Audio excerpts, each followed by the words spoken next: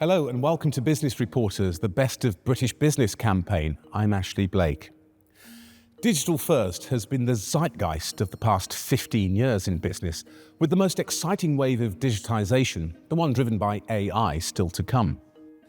How is it possible then that in this age of digital revolution, the IT department, with its expertise and best intentions, struggles to deliver state-of-the-art solutions?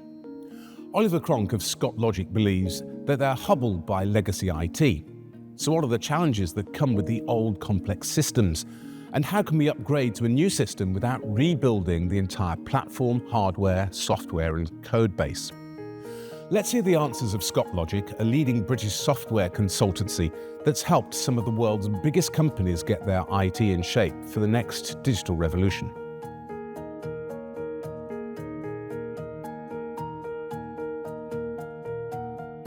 Oliver, everyone's talking about the importance of data, but do boardrooms really understand the importance? So I think when it comes to the boardroom, it's all about trust from data. Many organizations just lack that trust because the data just doesn't give them the insight that they need. Surely C-suites agree with your assessments. Are they offering enough support to their IT and data experts? Are they strong enough to be able to cope?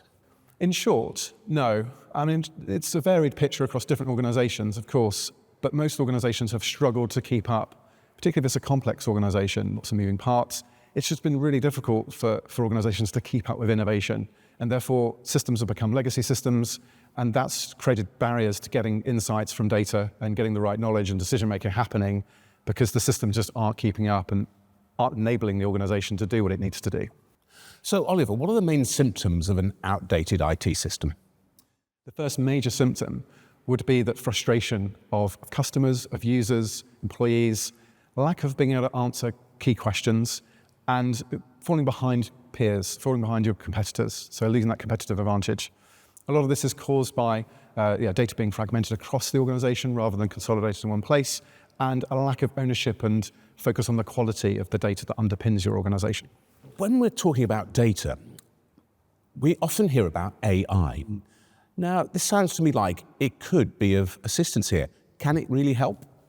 The key thing with the AI solutions that get us really excited is they've been trained on general data that's found on the internet. It's not your data, it's not the organization's data.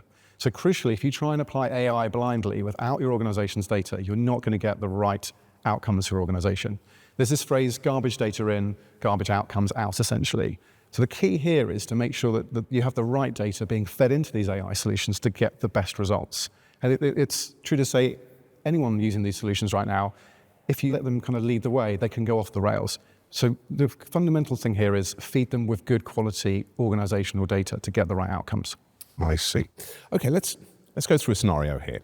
Let's imagine that you're the CIO, I'm your CEO, and you've won me over. I want a solid data strategy, and I want you to champion this. What would you say if I voice my concerns? Because this means a huge change in the organisation, and I'm a bit wary of taking a misstep. Of course, you'd be right to have some concerns. There's been many a story in the press of systems that have gone wrong, and it's caused embarrassment for organisations. The key thing here is to have a tried and tested approach that minimises the risk, flushes out that risk early on, looks at what the key kind of risks are, so does a discovery phase to kind of really understand the problem space and what we're looking to achieve, sets out a clear strategy and vision, and then when it comes to implementation, there's a collaborative approach between the business and technology stakeholders.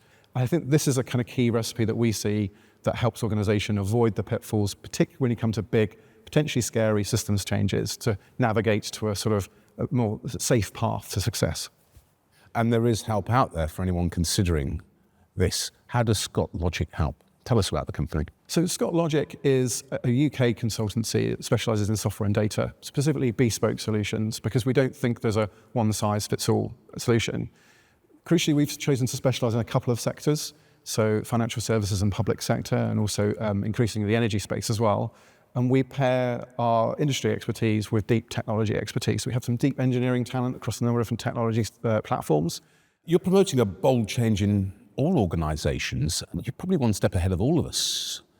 What does the next few years look like in terms of a solid data strategy, would you say?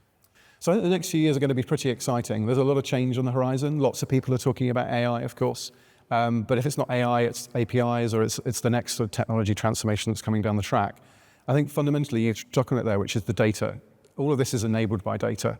If organizations get distracted by the shiny toys, as it were, of the technology and forget about the foundation for execution, which is the data, then that's where they'll potentially go wrong. Having that solid organizational data is going to be what sets your organization apart from those that kind of fall by the wayside because they're not able to keep on top of innovation. So I think, in summary, it's going to be an exciting few years, but don't get distracted from doing the basics well because they enable the exciting stuff on top. And just an aside, sort of looking after your data, is that a one-off hit, or should I be checking on it constantly, is what I'm trying to say? I think organizations that get this right are doing governance well, which is a repeated exercise of keeping on top of things.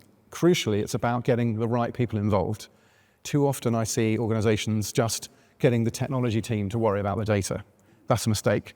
The business should own and learn to love the data because that's what will power their organization forwards. Trusting the IT department to kind of look after the data is, like I say, a mistake because it's not just a technical thing, it's a business enabling component. It's as fundamental as the building that the employees come into the office to kind of work from. It's that kind of foundational piece that needs to be monitored and loved, quite frankly, for organizations to thrive. Oliver Cronk, Scott Logic. Thank you.